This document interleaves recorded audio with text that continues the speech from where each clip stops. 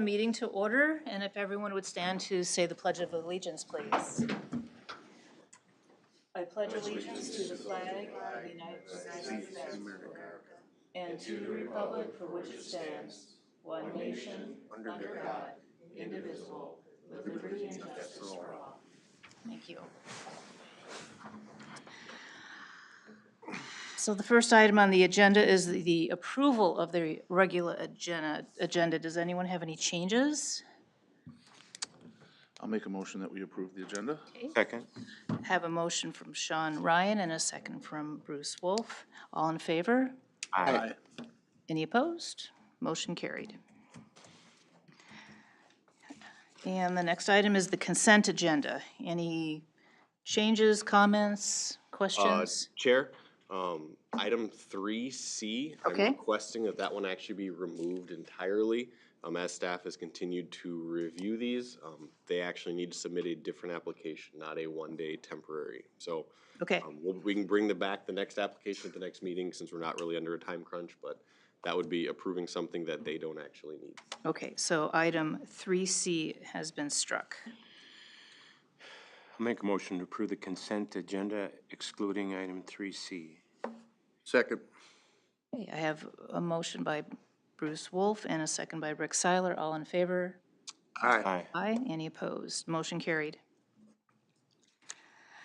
Okay, the next is the public is invited to be heard on matters not on the agenda. And if anyone would like to speak, please come up to the podium, state your name and address, and then you have 5 minutes. Does anyone want to talk about anything that's not on the agenda? Do we have anyone online at all? Going once, going set. All right, we'll move on. The city engineer projects update. The only update I have for you is the 2024 project is now scheduled to start on the 19th, this Friday. That'll start the reclaim process. That's gonna start on Lindale in the first 2 blocks of First Street with utility work starting next week. And that's all I have. Okay. Then we do have a public hearing about partially vacating a certain easement in the plat of, and Ken, please help me with the name of that. Sue Ray. Sue Ray, thank you. All right. So if you're ready, I can give a little background on that. So back on March 18th, we had called for a public hearing for tonight's meeting to partially vacate drainage utility easements around the 3 lots in the Sue Ray plat. If you remember, I explained that it was a plat done back during the COVID times. They had inadvertently doubled the width of the easements around the perimeter of all the lots in that 3-lot plat. And rather than go through the month-long delay of changing the plat at that time, that was the understanding of the developer and the city that we would just vacate when they came in for a building permit, which they have done with the move-in house that was approved back on the 18th as well. So again, just going back to our normal vacation or normal easement width on those lots that is called for by the ordinance, not double width as exists today. So that's what we have. We did not hear from any utility companies prior to the meeting tonight, so I leave you with that. And we basically would be looking to just hold a public hearing, and then later agenda item, we have an ordinance to consider for. Would anyone from the public like to speak about the vacation of the easements?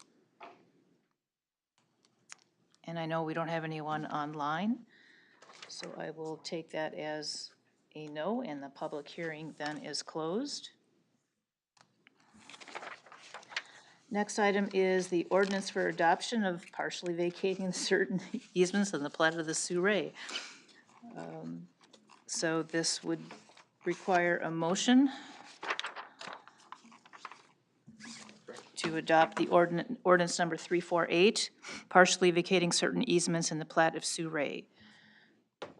Any comments, questions? If not, I'll ask for a motion.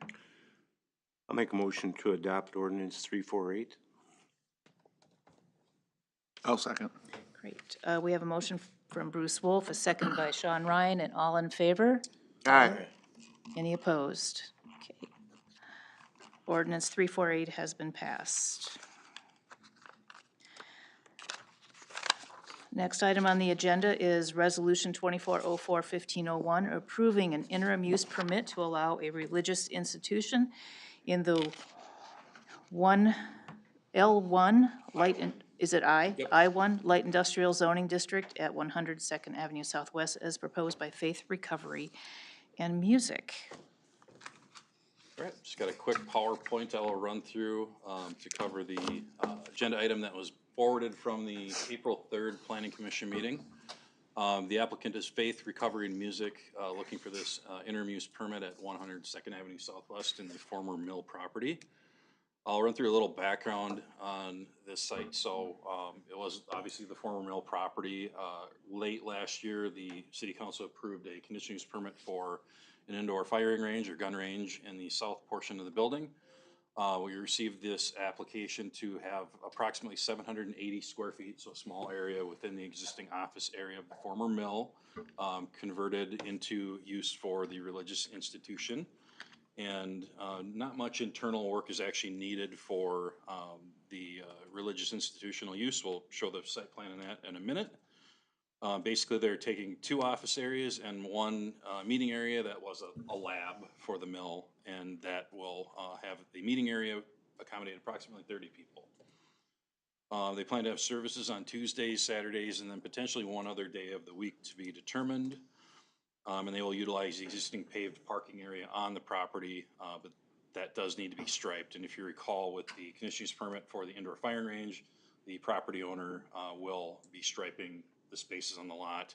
And basically, between the gun range needed and what the religious institution needs, there's more than enough parking that will be striped in that paved parking area. The owner will also be putting in an accessible ramp to the entrance into the office area, and that will provide ADA accessibility, obviously, for those using the building.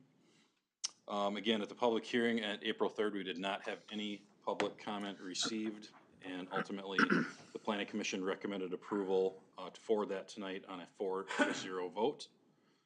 One note that was made, and you'll see this in a whereas on the resolution, and Sean, this is actually the item you had brought up at the Planning Commission meeting. I discussed with the city attorney about, there was discussion on whether once the building, the former mill is achieving approximately 35% occupancy, the Planning Commission desired to see an overall aesthetic site and building plan. Because it didn't directly relate to the interim use permit at hand, Scott suggested we add it as a whereas, and then that we'll put notice to the owner that before they apply for something again, we'll want to see an overall plan. Okay. So it's not a condition of this interim use permit, sure, but rather just reflected in the whereases. So if you looked at the resolution, you would note that in there. Again, the mill property, as you can see, the pink on the overhead there is the I-1 Light Industrial. We talked a little bit at the Planning Commission meeting about how this area is in transition to be re-guided as what we call Business Flex, which is a similar district to what we currently call B1 Central Business.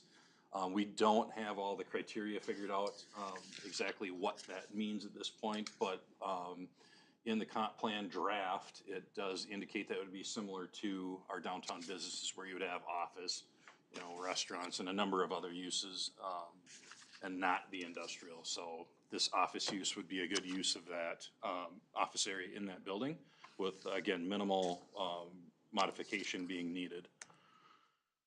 So here's a floor plan. I outlined in red the area that's actually being used. There's other office area they are not using, but their office area would access off the main door. Probably can't see where I'm pointing to on my computer, but on the picture on the bottom right of the overhead, you can see the door kind of in the middle. There's 3 windows, a door, and then another couple windows there.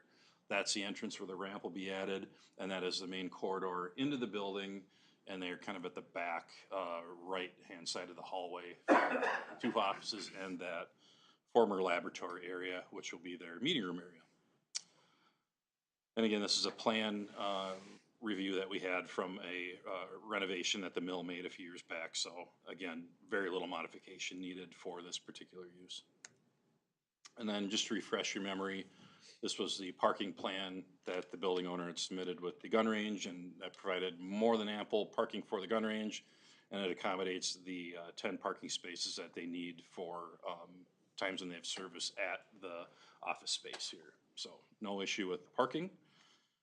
Then just a couple of photos, again, to get everybody acclimated with the area of the building right off Second Avenue there. So that's really all I have for the report. Again, it was recommended 4-0 for the resolution to be recommended for approval. So with that, I will leave the site plan and the photo of the entrance from the parking lot up for any questions or comments that you might have. And I do want to note the applicant, Tim Price, with Faith Recovery Music is here tonight if you have any questions for him as well. Just one question, is there, access for anybody else to get in there? Is there a door on the side there? Were you referring to, Rick? I'm just referring, if you can access the religious portion from the gun range. Oh, I mean, internally, you could make your way through there theoretically, but there's not a direct route from that gun So you range. deliberately have to go out. You would deliberately have to make an effort to get through, yes. All right, thank you.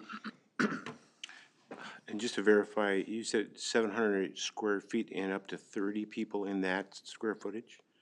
Actually, in a smaller area than that. The 780 square feet includes the two small offices and the meeting room area. But yeah, that would be accommodate no more than 30 people in that meeting room area, which was, if you look on the overhead there, where it says laboratory. And they're taking all, I think maybe they have taken out all the lab counter space. Yeah, best way I could put that. So it's Just place anticipated for to be chairs to go in up to 30 people would be using the space? Correct. Up to, okay. Up to, yeah.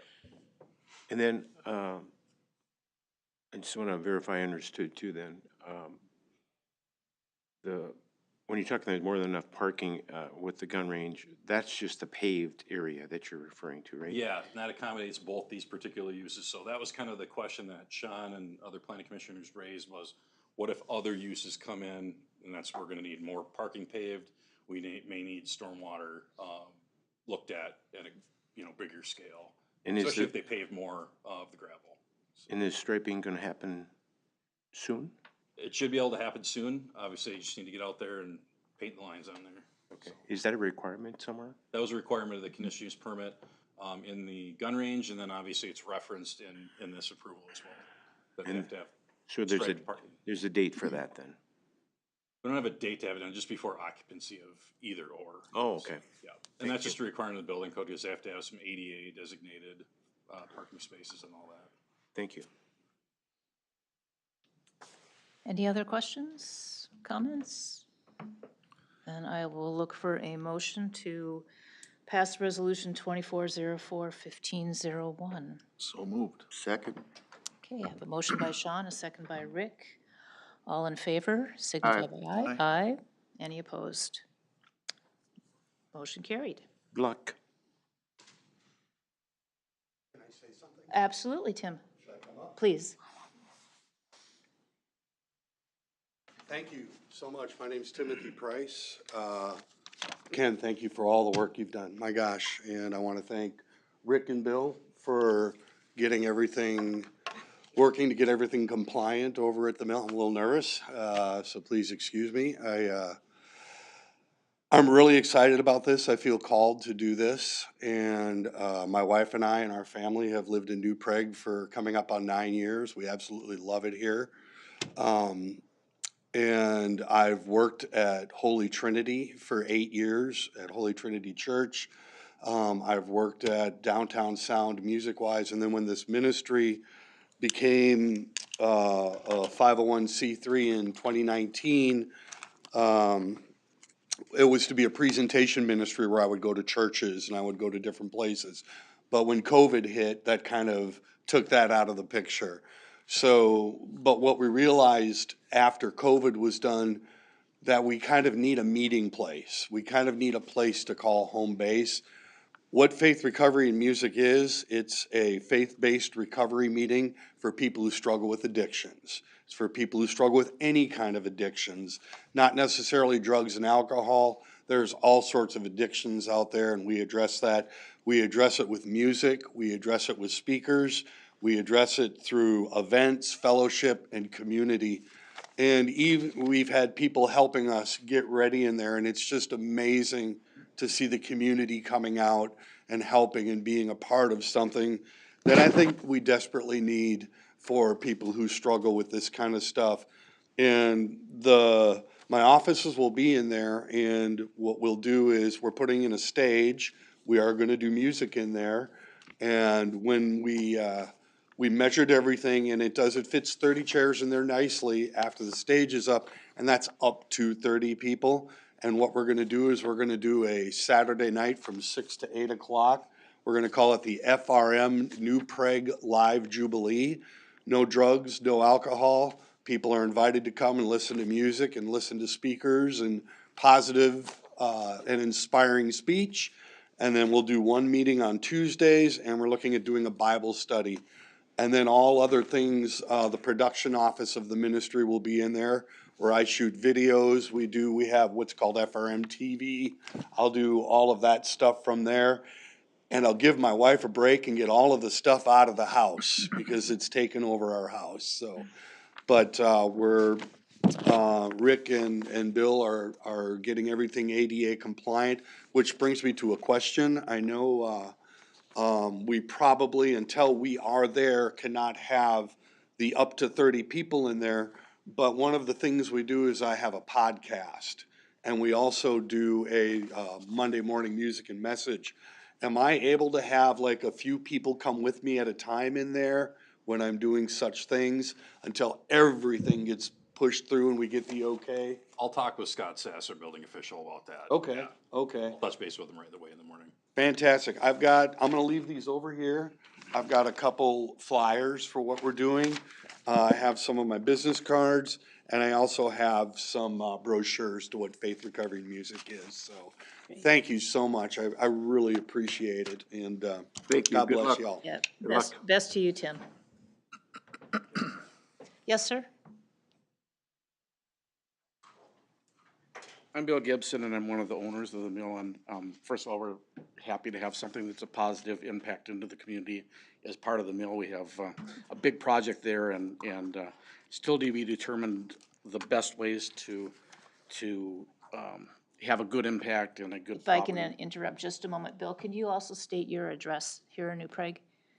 We Well, state the name and address. oh, well, it's at the mill, the Second Street. I live in Eden Prairie, so. Okay, So, okay. if you want that address? Yes, please. 6770 Boyd Avenue, Eden Prairie. Thank you. But, want to address a little bit about you got the 35% requirement that you're coming up with, and the biggest question is, what's 35% mean at the mill? It is such an unusual property. Does that include the silos? Does that include, you know what I mean? It's such an unusual property that we really don't know what 35% is to begin with. We're happy to have input into what would look good in Eden Prairie, or in at the mill, what input to make that better. But at the same time, we have some restrictions, and that is, before we can rent out spaces in some part of the mill, we have to have heat, and we have to have water, and we have to have all of the things that do that. We've been doing this in stages, starting on one end of the mill, going one direction, but you can't have the sprinklers working unless you have water, and you can't do that unless you have heat, and you can't do that unless you got somebody to rent out the property. So it's kind of been in stages, and it's a long-term process, and for you to say, hey, we need a plan at 35% of what the rest of it is, I don't know who's walking in the door that's gonna rent the space yet, so it's a little hard to do that. We're working as hard and as fast as we can with limited funds. I mean, because it's a couple $1 million process to get from here to there. It might need an elevator, it might need a lot of different things to make that all happen. So we need a little patience. We need, it's a long-term process. It's not a like next year thing. It's longer than that. So the 35% is something that concerns me, because what does that really mean? So I just want to put that on the record, and I think it's just a floating process. And I think the main thing is, just so Scott Sass and I touch base with you and just talk about ideas, I think was more than anything helpful, and we can help guide, you know. Yeah, like I I know say. you don't know where everything's gonna end up. And I have people coming into there that might not even be a good fit, but I don't wanna take a bad fit because I need the rent, but they don't necessarily be positive for the community, so, you know, we wanna be picky about who comes in there and wanna make sure that it's a long-term positive impact. So, I don't wanna be pushed to make a bad decision. Appreciate that. Thank you so much.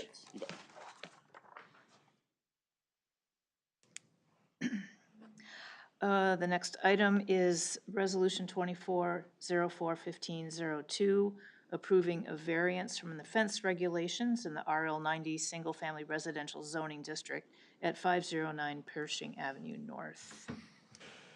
All right, I'll give a brief summary from the planning commission meeting again on April 3rd. We had a request for a fence variance, this property. So the Taylor and Dustin Filan at 509 Pershing Avenue North applied for the fence, for a 6-foot tall privacy fence to be closer to the right-of-way than we would normally allow, and it'll be much easier to explain when I show on the overhead where they are looking to do that.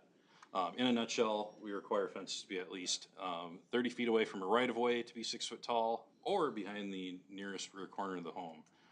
And again, I'll explain that in a minute with the drawing.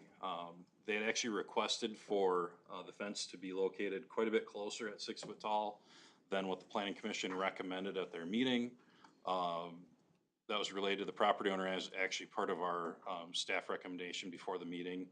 And they understood that they just wanted to get more usable area than the ordinance allowed, and you'll see how limited that was in the area. So a lot of discussion at the planning commission meeting about how the fence would line up with the adjacent properties and how this corner home or corner lot and the home and the fencing would line up with that. So I'm just gonna skip ahead to the drawing here. So Pershing Avenue North, right in the middle of residential area. RL 90 single family is our typical single family district that we have in town. So the ordinance, as you note here, would allow a 6 foot tall fence in the area indicated in blue, which is really limited to the area around the detached garage and kind of the backyard area. They requested where the yellow dashed line, which hopefully you can see, it's kind of hard to see that, but it would have brought the fence out near the front of the home along Pershing Avenue North, and then it would have brought the home or the fence along within 15 feet of the right-of-way line along 4th Street northwest or northeast. What Planning Commission and staff talked about at the Planning Commission meeting was to basically line up the fence with where a 6 foot tall would be allowed on both of the home to the north and the home to the east. And that's where the recommendation ended up being formed, which you see on this overhead drawing, which basically provided a few additional feet along the north side of the home. So not a ton more than what the ordinance allowed, but it does provide enclosure for their cellar entrance and an area for a garden, which is some of their concern. And then they also have a dog that they needed to have a 6 foot tall fence and wanted to provide a little more room for that. So this is kind of a compromise between what they asked for and what the planning commission and staff recommended. So that is the recommendation, is the fence in blue as you see it on there versus what they requested in the dashed yellow. Just a picture of the lot, how it does kind of sit back a ways from the corner, a little unique in that fashion. And it's a double lot basically, and the home is placed on that northeastern portion of the home or the property there. Just a couple of other oblique air photo views of the property. And as I noted with that, it was recommended for approval with the drawing that we indicated, kind of keeping the fence lined up with the two neighboring properties to the north and to the east. So with that, I can stand for any questions if you should have any. Whose property is this? One of the residents? Are they here? Do not believe we have the residents here tonight, no. First of all, I love that house. And that was one of the big things. We didn't want to have the fence covering up the look, and bringing that fence out to the corner really would have changed the aesthetic of that neighborhood. It made it look like a compound as opposed to a residential neighborhood, so that's why we scaled it back. That was our thought process. Yeah, and I hate to cover that house up, but it doesn't look like too bad of a plan here. My question is more just procedural. In the end, is this what the applicant applied for, or were they denied the first one and This is then? not what they applied for. Before we actually formed our recommendation, we discussed with the applicant that we wouldn't be recommending their full ask. So if you look through the original report, we actually say we did not recommend that ask, but we did recommend this modified version, and they said, yeah, we're okay with that, as it went to planning commission. So you feel that this is their application? This is their application after we talked with them that we're Okay, not gonna. I didn't know if the first one was denied and then you came back No, and it said we did would do not. this? No, Okay. it So it was did not. never even considered? It It was, was never voted on? it was not voted on. No. Okay. This, we said, this is what we can recommend, or we'll be denying the other one, and they said, nope, we'll go with what you're recommending here. Which a lot of times doesn't happen. We just wanted to be upfront and let them know. Okay. Any other questions? If not, I'll look for a motion to approve Resolution 2404-1502. So moved. Second. Have a motion by Bruce, second by Sean. All in favor, say Aye. aye. Aye. Any opposed? Motion carried. Next is Resolution 2404-1503, Minnesota Housing Finance Agency application for the Workforce Housing Development Program. All right, so obviously, we do have the resolution in front of you tonight, but I did want to note that we have both Marv Deutsch from Deutsch Construction, who's the owner of the property, actually under a different entity. But then we also have Jake Budinsky with Ebert Construction here as well. And I just wanted to give a little update from the introduction at the April 1st meeting. We did have discussion at the Planning Commission on April 3rd regarding the density that they're requesting, and ultimately the Planning Commission consensus was to, rather than amend the code at this point, because we're kind of in process with the comp plan, and we're a few months away from that being finished up, was to have, if the project moved forward, have them apply for a variance for the density, and then that also falls back to the parking minimums as well. And I know there were some questions about that at Planning Commission, and we weren't reviewing a variance with all the information necessary for that, but that was the direction given from the Planning Commission meeting regarding those two items.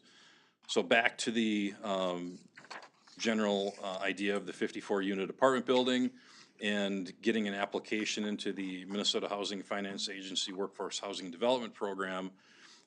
Since we last looked at this, there was some question regarding prevailing wage that comes into play if our request in the application that the city, in conjunction with Ebert, would be requesting is if it's over, or 500,000 and over, prevailing wages come into play on the entire project, not just the money that is being brought in.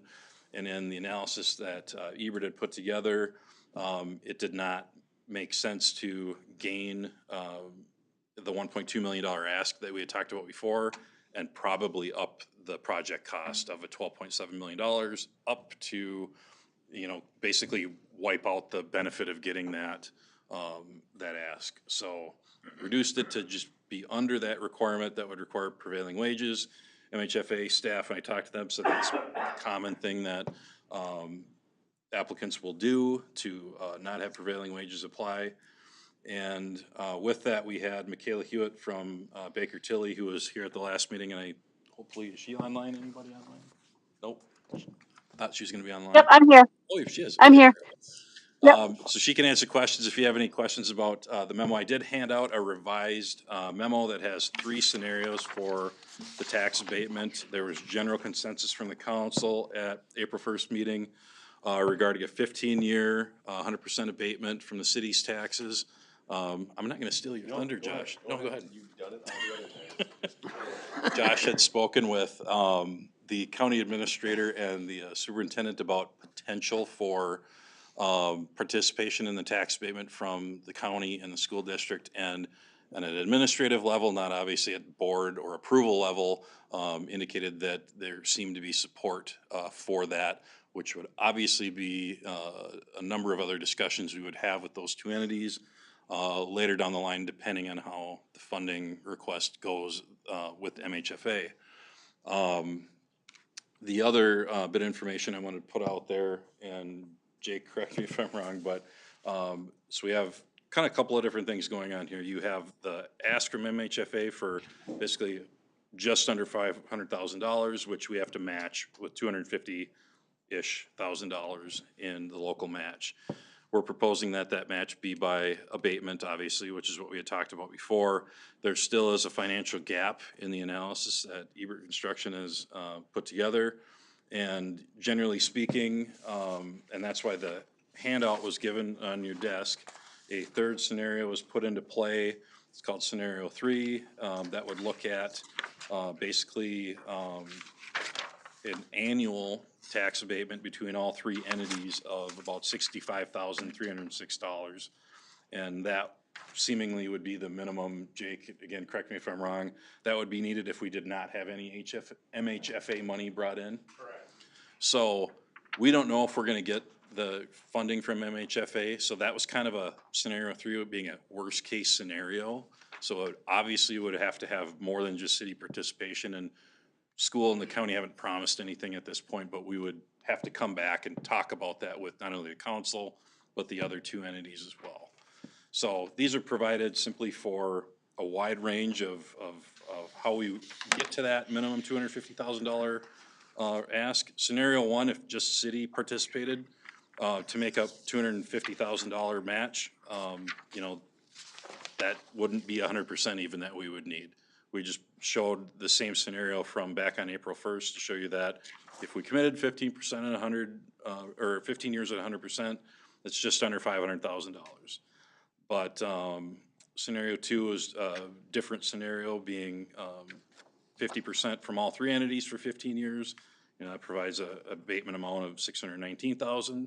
Again, enough to provide a match, but not enough for the full project, most likely. And then that third one, like I said, if no other outside money was brought in, that would likely be the abatement ask to make the project happen. I don't know, Michaela, if you have anything to add to your memo, just for the benefit of the council.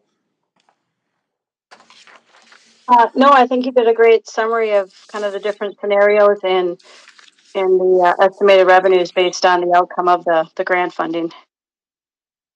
Okay. Did you say that you, there is no prevailing wage issue on Yeah, this? if the money brought in from MHFA and the state funding is $499,000 or under, then prevailing wages does not apply. And that was really the big kicker that we were talking about over the past 2 weeks was, did it apply? We did confirm with Department of Labor and Industry and MHFA, but ultimately it's the Department of Labor and Industry that confirmed, yes, it not only applies to the money you're bringing in, but the entire project as a whole, which just adds a ton of expense to The reason I ask you is if I ever go against my union, my pension's at risk. So I'm gonna abstain from this one. So we're obviously still preliminary at this point. We're trying to get an application in from MHFA, but the ask has come down substantially on the state application at this point. Yeah, Rick, this is less going against anyone and just changing the amount that they're applying for. And instead of applying for 1.2, they're now only applying for $499,999.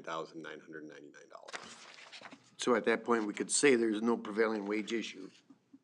There would be no required There's prevailing no wage issue. requirement for prevailing wage at the current asking amount. All right.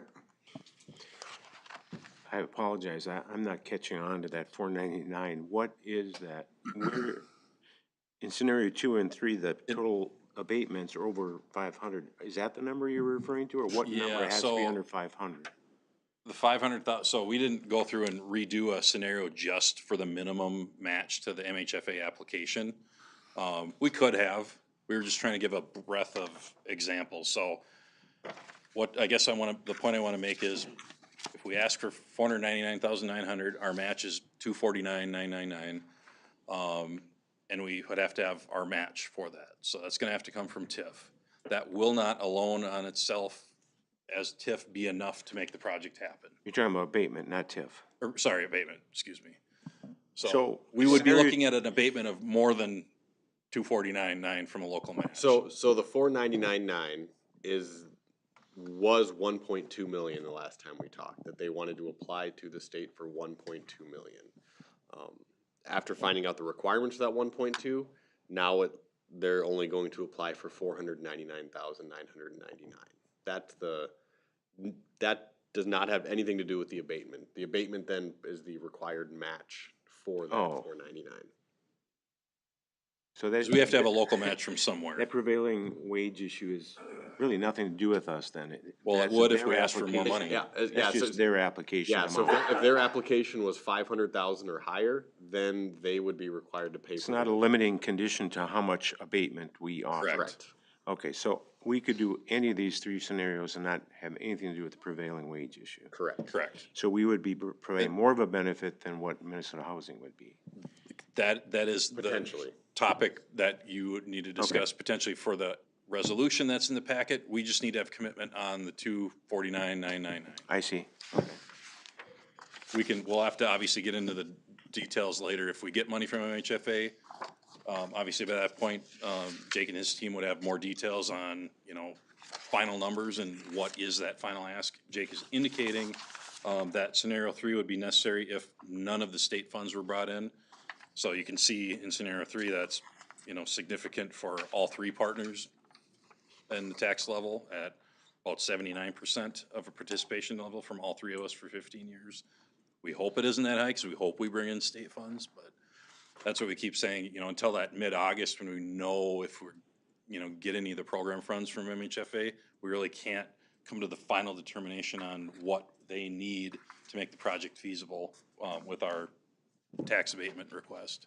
So am I understanding it correctly then, if we have to match 50% of Minnesota Housing, then, and if we were just doing it ourselves, our participation abatement would be around 50%? Correct. Yeah, Yep. okay. Yep.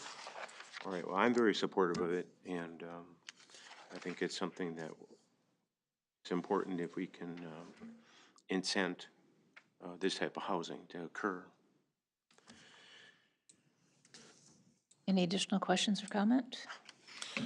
I just want to make sure I understand this now. So what we're doing tonight is just the application. Correct. The And resolution. And it still could be turned down by the state. It's not a Certainly could guarantee be. that we would Yep, get it. it's just saying if we're picked, we are committing to the 249,999 as a match. And we're anticipating doing that through tax abatement at this point. Or we end up doing that ultimately is to finally be determined, but yes. Yes, and that is the conversation too that I then had with the other administrators, that at least on a talking level, they are willing to keep talking, that there might be support from the county and the school to help with that match lift. Yeah, the 249 or a portion of the 249? No, this would be beyond. This would be potentially beyond if we decided to go beyond 249. Okay, so the downstroke for the city is basically set at 249. Is That would be correct? the minimum, yeah. As a match for this application, but what we're hearing at this point from Ebert is that it will take more tax abatement than that to make the project go. So kind of two different things going on here. So you got the minimum committed in the resolution, but that won't get the project done. We're just trying to get that buy-in right now to make the application, but there's gonna need to be more. What that exact amount is, we don't know. And we're hoping we can bring in the school, we're hoping we can bring in the county, but they obviously can't commit right now because we don't even have a final dollar amount. We just need to know if we can bring in some of the state funds, and then we'll have a clearer picture in, that August timeframe. Okay, But where we'll we have at? another opportunity to vote yes or no Yeah, on any additional. yep, because you have to have Michaela, correct me if I'm wrong, you have to have a public hearing on the abatement, correct? Yep, that's correct. You'll have to have a public hearing, and then if the county and the school choose to participate, they would have their own public hearings and process. So all the additional financial analysis with the real projects and the tax abatement granting itself would come at a future date once it was determined what the what it was determined the MHFA grant outcome is, the grant award outcome. Let me ask, is it Jake? Is that correct? What percentage of Ebert projects do you request money from something like this? I'm just kind of curious if you. If you want to cut up to the podium, please, thank you.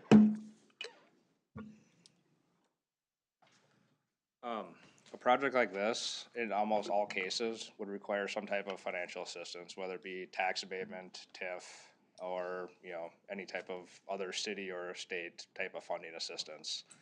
And it's just really a cost and, you know, to build a nice product, it's expensive, and that's just what it comes down to is, you know, seeking other forms of financial assistance to make, you know, a project like this come together. Ken, does the Minnesota Housing Grant require a but-for analysis for their approval? No, there are criteria for it that have to be followed. They're looking for a number of different factors, and I'm just gonna try to summarize them and help me out, Jake. Anything from trying to look at what the vacancy rate is in the area. They're looking at overall project costs is one thing they rank, and actually this one is a little on the higher end, so it won't rank quite as well, just due to the number of units and the overall project cost likely. So that's more of the criteria, but as a true but-for, the statute for tax payment, again, Michaela, correct me if I'm wrong, I don't believe there is a but-for on the housing tax abatement, and that is not a part of the application for MHFA. Well, I just wanted to kind of explore whether we're gonna run into a cat and mouse catch-22 if we say, well, we'll approve this minimum amount, but then they approve it, and then we approve more, and then they affects the grant that they already approved. No, that would not, because we're trying to keep it under that minimum, and this is a common thing that they said they've run into. So they actually changed the program. It used to be that they gave grants, and the threshold for that to meet prevailing wages is only 200,000. So that's why they're calling the program this year forgivable deferred forgivable loans, which the threshold then is 500,000 and over. So it's not a grant, it's a deferred forgivable loan. After a 3-year time period, they forgive that, you know, ask of $499.9 if we ask for that. And to answer your question, the amount that we potentially put into this through abatement does not affect, as long as it meets the minimum requirements, it won't bump their potential. It would just make their It financial situation better. Correct. Correct. Yeah, it wouldn't affect their state to say, oh, they're getting twice as much, we're gonna bump it and they gotta pay, yeah, no, it doesn't matter. Well, that's why I was wondering if there's a but-for, because then if we give more later, then the but-for might not be No, met. it's not like that. Okay. Before we vote, I just want to put it on the record, there's no prevailing wage issue on this at all. Correct. So, With the dollar as a amount we're looking retired at, carpenter, I can say yes, and then if my attorney has a problem with it, I can say no later. Right? There's no prevailing wage requirement Doesn't with this apply. application. Thank you. yep. So it does look like a good nice project, so. That's a whole other separate issue that I have trouble with that doesn't pertain to this, but I'd like to get to that, because it seems like they're holding votes over their head, risking financial gain or financial cost, which doesn't seem right to me, but I don't know, maybe that's written in the labor laws or something. That wouldn't surprise me, but, so, just one more quick question here. I'm sorry if I sound skeptical, because I am, but I find it hard to believe that these projects can't cash flow themselves without tax dollars. I think in certain cases it does, but that's why I wanted to get where Ebert, I think this is an opportunity for developers to line their pockets with extra money. And that's just my personal thought, but. Yeah, and I think, Jake, you could probably address obviously you have some loans you have to get to a point where they need to see that your project is feasible and has a return, and I'm not an expert on that, and I can defer to you what you'd wish to share on that, but. Yeah. No, I mean, Ken, kind of what you said there, I mean, a bank will not finance a project unless they know that you can meet certain debt coverage requirements, which are typically anywhere from a 1.2 to 1.25. You know, you have to have enough income to cover that debt above and beyond that level. So anything below that, a bank won't even look at it. So a lot of times, something like a tax abatement or a TIF would come into play just to hit that bank requirement to even consider a project like this. Okay. And Sean, I think you had asked a question at planning commission, we didn't have an answer because you weren't here. You had a question of how long do you typically hold on to your projects? I think that's probably a valid question, to this too, if you were able to answer that. Yeah, we're long-term, we stay in communities and, we're long-term holders. We've rarely sold any projects, so. Okay. Thank you. Any other questions or comments? If not, I will look for a motion to pass Resolution 2404-1503 for the application to the Minnesota Housing Finance Agency. So moved. Second. I have a motion by Rick, a second by Bruce. All in favor? Aye. Aye. Any opposed? Motion carries. Okay, thank you. Good luck, you guys. Okay, were there any questions or comments about the miscellaneous in our packets? If not, I'll just go around the room and ask for any additional information. So, Rick, do you have anything to add? No.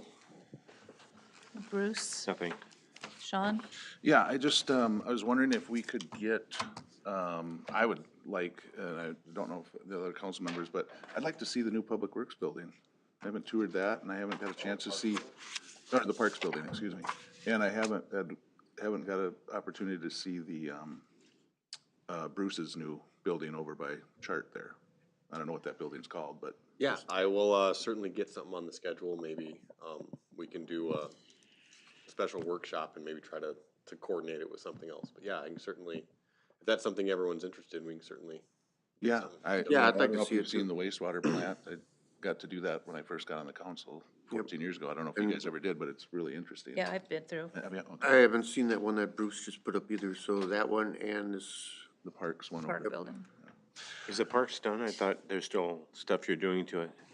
Yeah, it's 99% done. The only thing that's really left is putting some shelving in. But yeah, 2 weeks ago we finished up the installation of the west building and actually put the fire retardant paint on it. So it's complete. Okay. I thought I saw your electrical bill, you had some electrical work done or something. Yep, we did put the heat in, electrical heat. That was about a month ago. But Okay. yeah, the mild winter really helped get a lot of those projects done faster than we expected, and that was one of them. And then the other question is now it's probably the time to address Rick, and nothing against you, but I think, I find that hard to believe that your pension would be at risk for voting. yep, anything I do, That seems like a conflict of interest. anything I do to pick, somebody non-union over union, or if I ever use my carpenter skills that I learned in carpenter's apprentice training, if I ever use them skills, or if I ever, mess around, they can go after my pension. Does anybody else have a problem with that? Yes. I think that's really, Yeah, that, if you're gonna make That's- 63 that's- bucks an hour from when you that better have some, swing. well, that'd be like somebody saying, hey, you don't vote this way, I'm going to, a guy in Duluth, you're gonna lose your job or something. started working for a, hardware store and he sold some windows that were put together by, carpenters. And boom, they went after his pension just like that. It's like it's coercion. Yeah, it does, actually. That's why I had a problem with it. It's But, legal, yeah, so. not very nice. Matt, do you have anything additional? The only thing I was gonna mention is our 2 new staff members start tomorrow, the one at the street shop and the one at the wastewater, so, first time in 4 or 5 months, we'll be fully staffed again in the public works, so That's great. be excited for that. Yeah, that is good. Thank That's you. all I got. Thank you. Tim? Yeah, working towards the same, you approved the conditional offer to a police officer. I don't know if you recognize the name, but he worked here previously, had gone to another agency and for a very short amount of time and has decided to come back, so we're kind of excited about that, so, That is good. yeah, that's, Will you still have to go through the required? he will do, we do the field training process. I think it'll be modified from, he won't have to go through the whole thing, but go through and make sure that both he and the city are comfortable with, he understands our policies and procedures, and, you know, going between two different agencies, I would anticipate some, we do this here and that there, so we want to make sure that we're all on the same page and that all is cohesive, and, but it should be a pretty quick process, so. That's Is great. that the one that moved or went to Farmington and then he's coming back? He moved to another agency. I don't know that that agency has been notified yet, so I won't, I'll All hold right, off cool. on that for now, but just, yeah, he left here a short time ago, and he will be coming back to us, so. Glad to have him back. Yeah, so that's exciting. The only other thing I have is I'd like to speak about an article that was printed in the New Prague Times, the print edition, April 11th, 2024. The article was entitled "Family Accuses NPPD of Racial Profiling." That letter was drafted by Mrs. Tarr and delivered to Mayor Jurek and I with concerns of racial profiling by the New Prague Police Department. The article referenced an account of 2 traffic stops made by a New Prague police officer on January 23rd and March 16th of 2024 from the Tarr family. After receiving the letter, the city immediately began an investigation into the allegations. We take these allegations very seriously. While I'm not able to comment on the investigation, not because I don't want to or have anything to hide, but rather to ensure that we are thorough in our investigation and ensure that the facts can be reviewed. As I speak to you this evening, I'm proud of the distinguished men and women of the New Prague Police Department. Our officers answer the call each day professionally, courteously, and without bias. From performing life-saving medical care to throwing a football in the park with kids, we are here for our community. We will continue to build relationships with our youth, our schools, businesses, and our places of worship. I'm confident in the training, values, and unequivocal dedication of each member of the New Prague Police Department to our community. Since that print edition of the Times, I have received numerous emails, telephone calls, and outpouring of support from our community members. This is a true testament to the relationships that we have fostered within our community. We are truly thankful for our community, for their continued support, and I'm confident of the results of this investigation will reflect the professional, courteous, and impartial service the New Prague Police Department provides to our community. Thank you. Thank you, Tim. Thank you, Chief. Ken, do you have anything this evening? Nothing additional. Josh? Just one thing, I know that about a month ago, we had, John McNamara from Wold had been here, and the council's looking to see some updated future planning numbers. I'll hopefully have those to you here within the next month or so. Speaking to John that night, it was a real tight time schedule, and it was possible even then that it might get bumped over, not until he had a November build on there, it might have gotten pushed back potentially to a spring build. And so with those extra 3 or 4 months that are basically on there now, Robin Pickle and I slowed down a little bit, and we're trying to get you a little bit more in-depth numbers coming up into 2025. They won't be budget discussion ready, but they'll hopefully have a few more kinks worked out than you would see in a normal future planning. So hopefully we'll have those here in the next month or so to share with you so we can continue that discussion on the police facility. Thank you.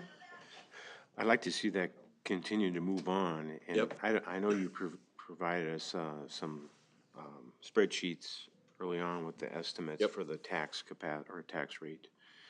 So are you doing something more extensive than those sheets? Yep. So right now we're really working through CIP stuff, and because when it comes year to year, a lot of times it's the CIP that you're be most flexible with and kind of move around a little bit, is in terms of moving equipment from one year to another, and so we're kind of playing with that right now just to see exactly what's there, so you all have a better understanding of what's really in front of us than a snapshot from a little farther ways out, if that makes sense. Can we push off a dump truck another year or two type of situation? Okay, well, I'd like to just keep us moving on. Yep. And that was a couple months ago already that we had them. About a month ago, yeah. Okay. Okay. Well, I don't have anything, so with that, look for a motion to adjourn the meeting So move. in a second. Second. Have a motion by Rick, a second by Bruce to adjourn the meeting. All in favor? Aye. Aye. Any opposed? Motion carried. Thank you, everyone.